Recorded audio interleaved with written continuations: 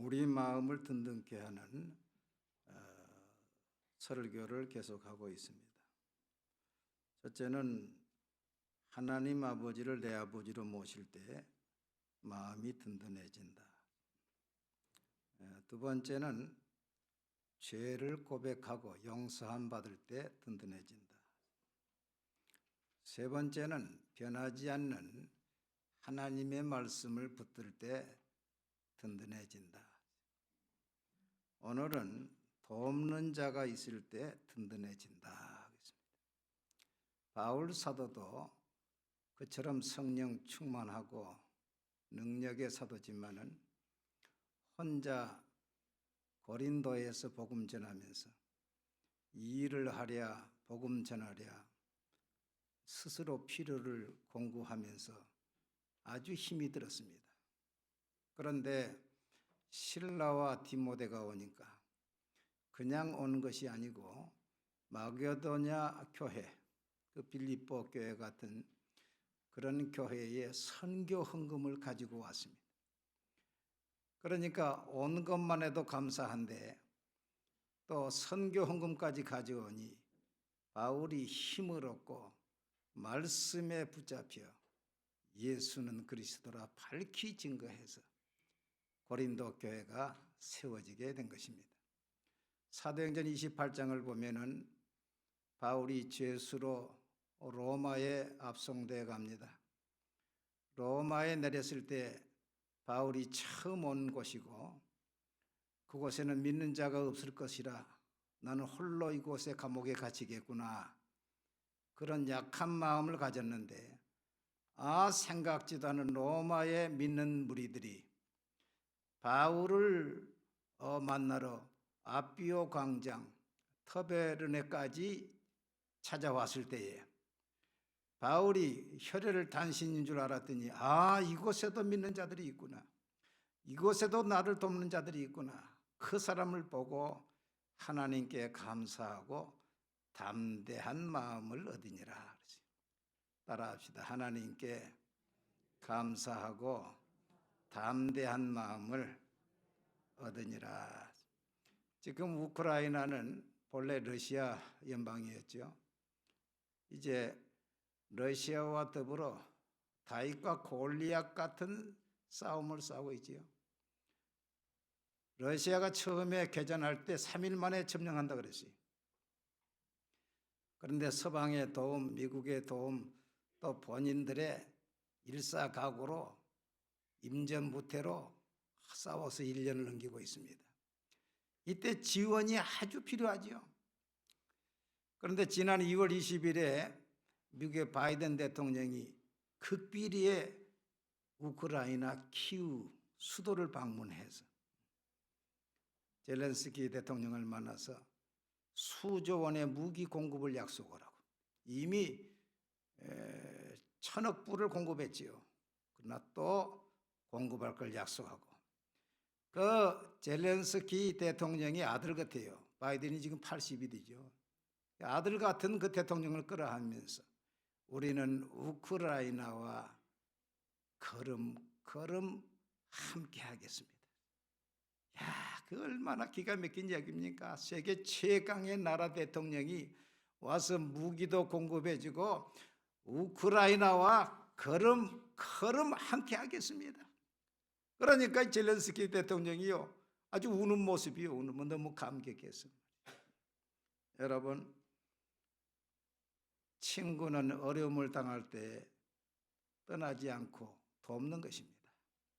바울 사도는 그의 목회 가운데에서 돕는 자들이 참 많았습니다. 먼저는 아들 디모데가 도왔습니다. 디모데는 사도행전 16장에 나와서 그때 바울이 만났는데 디모데의 어머니는 유대인이요 아버지는 헬라인이라 그랬습니다. 그러니까 혼혈입니다. 유대인들은 이 핏줄에 대해서 아주 강하지요. 그래서 사마리아 사람들을 상종하지 않은 것이 사마리아 사람들이 혼혈인이기 때문에 유대인들은 사마리아 사람을 상종하지 않았어요. 그래서 이방 사람들을 유대인은 저 고의, 저 개 같은 사람이라 그러는 거예요. 그러한 아주 디모데, 유대인들에게 아주 멸시를 받는 디모데, 그 디모데를 믿음의 아들로 픽업을 해서 그 디모데를 평생 동역자로 믿음의 아들로 또 목사와 교사로 키운 것입니다. 바울은 빌립보서 2장 21절 22절에서 이 디모데에 대해서 이렇게 이야기하고 있습니다. 그들이 다 자기의 일을 구하고 그리스도 예수의 일을 구하지 아니하되 디모데의 연단을 너희가 아나니 자식이 아버지에게 함같이 나와 함께 복음을 위하여 수고하였느니라. 얼마나 아름답습니까? 믿음의 아들로 키우고 또 동역자가 되고 교역자가 되고 평생을 바울의 오른팔처럼 일했습니다. 그 다음에 신라가 나옵니다. 여러분, 사도행전 16장에 바울이 빌립보 감옥에 들어갈 때 누구와 함께 들어갔습니까? 누구와 함께 들어갔어요? 신라와 함께 들어갔지요. 신라도 바울의 큰 동역자입니다. 복음을 전할 때 같이 채찍을 맞고 같이 포승에 묶이고 채찍에 맞고 감옥 속에 같이 들어가고 바울과 신라가 빌립보 감옥 속에서 기도하고 찬송하니 옥문이 열렸어요. 할렐루야. 그 신라가 오늘 본문에도 마게도냐 지역 빌립보 그런 마게도냐 지역 교회들의 헌금을 가지고 또 바울을 찾아온 것입니다. 여러분, 이런 동역자들이 있었던 것입니다. 또 그 다음에 보면 디도가 있습니다. 이 디도는 고린도후서 8장 23절에 보면은 디도로 말하면 나의 동료요 너희를 위한 나의 동역자요 그랬습니다. 옛날 성경을 보면 디도로 말하면 나의 동무요 그랬어요. 이 동무가 나는 더 마음이 들어요. 한번 따라합시다. 디도로 말하면 나의 동무요. 철학자 아리스토텔레스는 친구란 무엇이냐? 친구는 두 육신 가운데 거하는 하나의 영혼이다. 육신은 다르지만은 영혼이 하나, 친구는 영혼이 하나다는 거예요. 하나다. 두 육신 가운데 거하는 한 영혼이다. 중국의 관중과 포숙 친구가 유명하지요. 그 관중이 말하기를 생하자는 부모요 지하자는 포숙이다. 부모는 나를 낳았지만은 나를 진정으로 아는 사람은 포숙밖에 없다. 친구밖에 없다. 터키의 격언 가운데 좋은 친구가 있으면 아무리 먼 길도 지루하지 않다. 또 서양 격언에 포도주와 친구는 오래 될수록 좋다는 말씀이 있어요. 여러분, 한 교회에서 30년 40년 목회하면 벌써 미운정 고운정 다 들고 친구가 되는 것입니다. 도종환 시인의 마음이 울적할 때라는 시가 있습니다. 마음이 울적할 때 저녁 강물 같은 벗 하나 있었으면 날이 저무는데 마음 산 그림에처럼 어두워 올 때 내 그림자를 안고 조용히 흐르는 강물 같은 친구 하나 있었으면 울리지 않는 악기처럼 마음이 비어 있을 때 낮은 소리로 내게 오는 벗 하나 있었으면 그와 함께 노래가 되어 들에 가득 번지는 벗 하나 있었으면 오늘도 어제처럼 고개를 다 못 넘고 지쳐 있는데 달빛으로 다가와 등을 쓰다듬어 주는 벗 하나 있었으면 그와 함께라면 칠흑 속에서도 다시 먼 길 갈 수 있는 벗 하나 있었습니다. 여러분, 교역자는 사실 벗이 많이 없습니다. 벗이 없어요. 교역자는 시험이 들어도 시험이 들었다고 말을 못합니다. 교역자가 힘들어도 또 힘들다고도 이야기도 못해요. 사실 외로운 것입니다.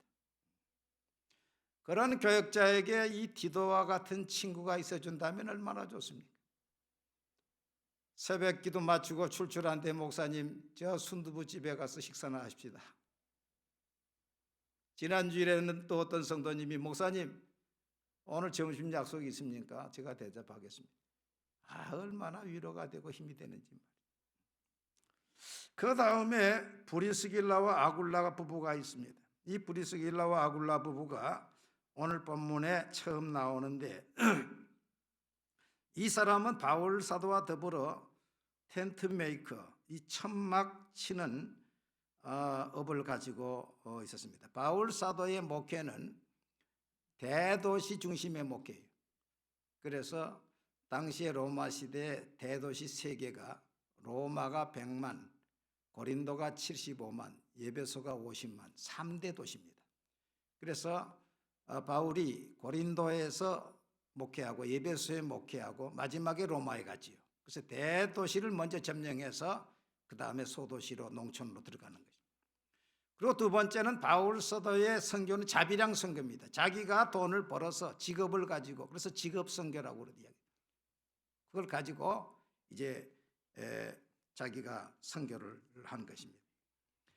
그때에 이 브리스길라와 아굴라를 만났는데 이 브리스길라와 아굴라가 얼마나 신앙이 좋았던지 말이죠. 로마서 16장 3절 4절을 보면은 바울이 브리스길라와 아굴라에 대해서 이렇게 이야기했어요. 너희는 그리스도 예수 안에서 나의 동역자들인 브리스길라와 아굴라 부부에게 문안하라. 그들은 내 목숨을 위하여 자기들의 목이라도 내어놓았나니 나뿐 아니라 이방인의 모든 교회도 그들에게 감사하느니라. 브리스길라와 아굴라가 주의 종 바울을 위해서 무엇을 내놨다고요? 뭘 내놨어요? 목을 내놨다니까. 목숨을 내놨어요. 이게 보통 일입니까 이게? 제가 한 20년 전에 목사님들의 세미나가 있어가지고 참석을 했는데 거기에 나온 강사님이요 엉뚱하게도 그러더라고. 여러분 목회하시느라고 수고했는데 저 성경에 보면 갈라디아 교인들은 바울을 위해서 눈이라도 빼준다 그랬습니다. 또 브리스길라와 아굴라는 목이라도 내놓는다 그랬습니다. 여러분을 위해서, 여러분이 목회를 수고하는데 여러분을 위해서 눈이라도 하나 빼줄 사람이 있습니까? 그게 400~500명이 조용한 거예요. 그러니까 이 목사님 아니 목회를 어떻게 했는지 말이요. 지금 목회를 수십 년 했는데 눈이라도 하나 빼줄 사람이 없다면 그 목회한 것입니까 말이야. 막 따고 치는 거예요. 그러니까 한 사람이 저 뒤에 손을 들어요. 손을 들어. 그러니까 그 누굽니까? 일어나세요. 일어나세요. 어느 교회입니까? 어느 교회? 그러면 당신 교회에 누가 저 눈을 빼주고 목숨을 바치겠습니까? 누구 권찰이 바친다네. 권찰이. 권사님도 아니고 권찰이 바친다는 거예요. 그러니까 그 강사 목사님이 핸드폰을 꺼내더니 그 핸드폰 번호, 그 전화번호 불러주세요. 딱 불러줘가 전화하는 거예요. 여보세요. 누구게 누구 권찰을 맡습니까? 예, 맞습니다. 목사님 기도원에 갔지요? 예, 갔습니다. 오늘 여기 기도원에 와 계시는데 권찰님이 목사님을 위해서 목숨을 바칠 사람이라고 지금 목사님이 이야기했는데 바치겠습니까? 그게 서슴없이 예, 그래요. 저분이 철이 없는지 아니면 믿음이 좋은 건지 참 기가 막힌 거 아닙니까? 그건 자기 교회는 많이 있다는 거야. 큰 교회가요 뿌리 깊은 나무, 큰 기둥들이요 목숨을 바치는 이런 사람들이 있어야 교회가 크게 되는 거예요. 우리 합동 쪽에 그 세해된 교회 소강성 목사 계신데 그분이 가락동에 계실 때 300명 교회에 있을 때 부흥 강사가 와가지고 이 설교를 또 했어요. 갈라디아 교회들은 눈을 바울 사도를 위해서 준다고 그랬는데 여러분 성도들 가운데 목사님이 만약에 눈이 못 보게 되면 눈을 빼서 줄 사람이 있습니까? 그랬더니 거의 300명이 다 손을 드는 거예요. 그러니까 이 강사 목사님이 충격을 받았어요. 그러면서 그래도 그렇지 하나밖에 없는 눈을 줄 수가 있겠습니까? 그러니까 한 성도님이 손을 벌쩍 들더니 목사님 못 믿을 것이면 뭐라고 물었습니까? 할렐루야. 나는 우리 교인들한테 지금 부담될까 싶으면 못 묻겠어요. 또 물었다가 또 내가 충격을 받을까 싶어서 못 묻겠어요. 그러나 그런 성도가 돼야 그 교회가 흔들리지 않고 그 교회가 점프해서 성장의 돌파가 일어나게 되는 것입니다. 그 다음에 의사 누가도 있고 또 바울의 울타리가 되어진 베베 여집사도 있고 바울의 위로가 된 유소도도 있고 많은 동역자들이 있었습니다. 그런가 하면 바울 사도를 마음을 아프게 하고 떠난 사람도 있습니다. 데마는 세상을 사랑하여 나를 버리고 데살로니가로 갔다 이야기했고 구리 세공업자 알렉산더는 많은 해를 내게 입혔다. 디모데후서 4장 14절 구리 세공업자 알렉산더가 내게 해를 많이 입혔으며 주께서 그 행한 대로 그에게 갚으시리라. 히브리 13장 12절 말씀 보니까 너희를 인도하는 자들에게 순종하고 복종하라. 그들은 너희 영혼을 위하여 경성하기를 자기들이 청산할 자인 것 같이 하느니라. 그들로 하여금 즐거움으로 이것을 하게 하고 근심으로 하게 하지 말라. 그렇지 않으면 너희에게 유익이 없느니라고 했습니다. 대의그룹의 최의성 장로님은 저 대천 농고를 나왔습니다. 그 어머니가 어릴 때부터 세 가지를 자식들한테 아주 가르쳤습니다. 첫째는 주의를 거룩히 지켜라. 두 번째는 11조 생활을 온전히 해라. 세 번째는 교역자의 마음을 아프게 하지 말아라. 그렇게 잘 가르쳐 놓으니까 그 형제들 가운데 교장 선생님도 나오고 사학가도 나오고 아주 훌륭하게 됐어요. 그 최우승 장로가 이제 건국대학교 입학을 하고 집을 떠날 때에 어머니가 그래요. 아들을 불러놓고 너 알지? 뭘 알아요 지금? 너 알지? 그 세 가지를 이야기하는 거예요. 주의를 잘 지키고 11조 생활을 온전히 하고 죄종 마음 아프게 해서는 안 된다. 세 개. 너 알지?